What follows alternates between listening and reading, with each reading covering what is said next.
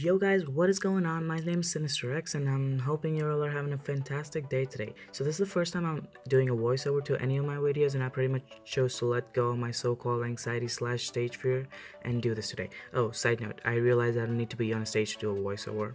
So before we get started on the video, I just wanted to tell you guys that this video might seem a little pointless at first, but will make more sense than ever at the end. So make sure you stick around so that you don't miss any fun. Okay, so today I'm gonna tell you guys a story from my childhood, more like 2 days ago. Yeah. So one day I decided I'm gonna. That one support troll team was shit from League of Legends. Oh shit.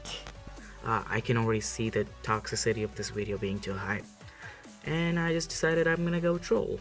And surprisingly, that troll proved to be one of the most OP troll that could have ever been made. Yes, I built Magicka as a tank, a freaking Magicka mage as a tank.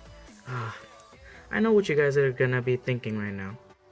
Hey, sinister fella, that's not trolling. That's being a total retard. Haha, I get what you're trying to say, people. Okay, before you think anything else, let me tell you guys this. Unlike any other MOBA, i.e. LoL, ML, HA, Dota 2, SLK, IG considerably has a low AP scaling. For people who don't know what AP is, AP stands for ability power and how much additional, and AP means how much additional damage you deal with when you're using an ability, and yeah, that's what AP stands for. And AP scaling is basically how much ability power can affect your overall damage, which I found to be pretty darn less in HE. Now I do have proofs which I'll be showing to you guys in a bit, so hang on. As far as you know, mages are pretty much really squishy, and when an assassin catches you in a team fight, you're as good as dead. So after taking all of these facts into account, I worked on a solution for a countless number of seconds to make mages great again. Side note, use hashtag make mages great again on social media. Nah, just kidding. Okay, so what are the uses of being a tanky mage rather than being an AP mage? So first, you get to sustain more damage even if you make a mistake in team fight. Second, you can be used as a support tank. Let's say your tank is at 10% health, absorbed a lot of damage just to go back. You can still win the fight because you are a freaking tank. You can just go in front of your team, act like a freaking retard, just like how I did, but then they realize, oh my god, you were building a tank. He's a freaking tank who deals the same amount of damage, and it's pretty sick. Third, you get to recover health from 1% to 200% in around 99 by 2.5, which is equal to 39.6 seconds. So all you need to do after a team fight is go out there and farm. Cause with the third item from any build, you pretty much recover 2.4% of your health every second. With a total tank build, you deal around 15% less overall damage. You can see that you aren't dealing much damage with this build, but you can sustain so much damage that your abilities will basically just keep on getting out of cooldown. You can go ahead and kick ass. Like, it's just, it's almost like as if you're an OP frontline tank slash mage.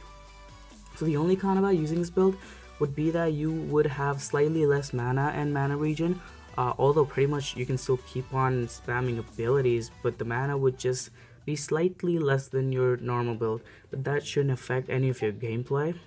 So going over to the build, so basically I chose to include two builds in here.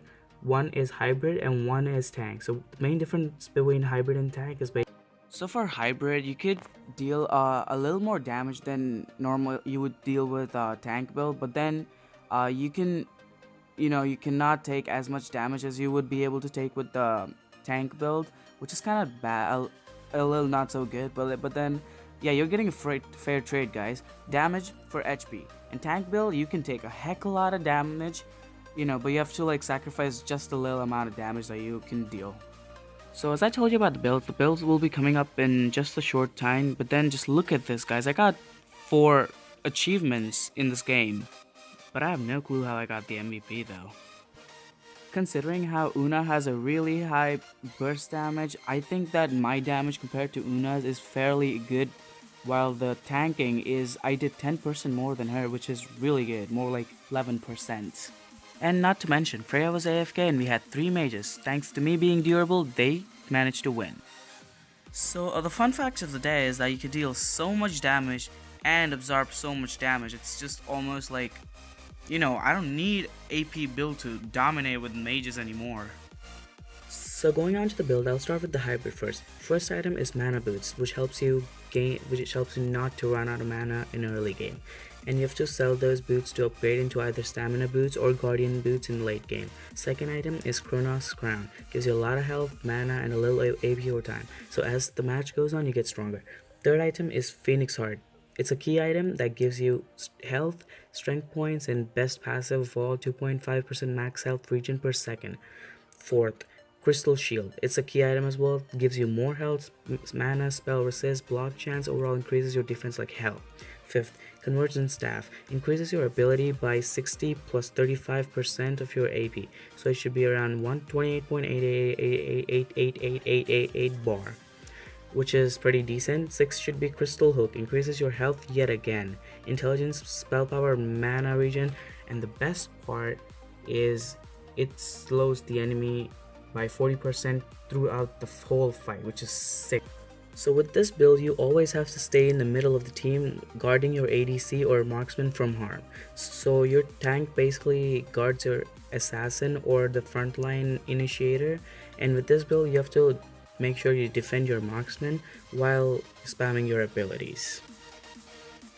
So for the total tank build, first, second, third, fourth items are all the same. So basically, first item mana boots, and then when late game comes in, you have to sell them to upgrade them into stamina boots or guardian boots. Second, Kronos' Crown.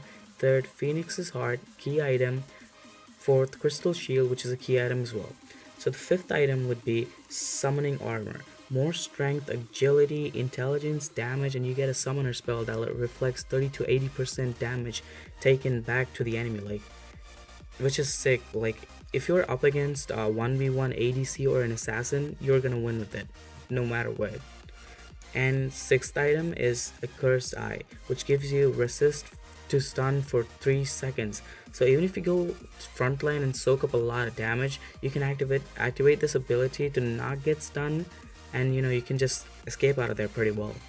So overall, this build is basically helping your tank guard your team. I can say that that's probably how your face looks right now after watching my video. Well, either way, if you liked it, can you please like and subscribe to my channel, because it will help me a lot. If possible, please drop a comment below, and thanks for watching, guys. As again, I'll meet you in the next video. Until then, see ya.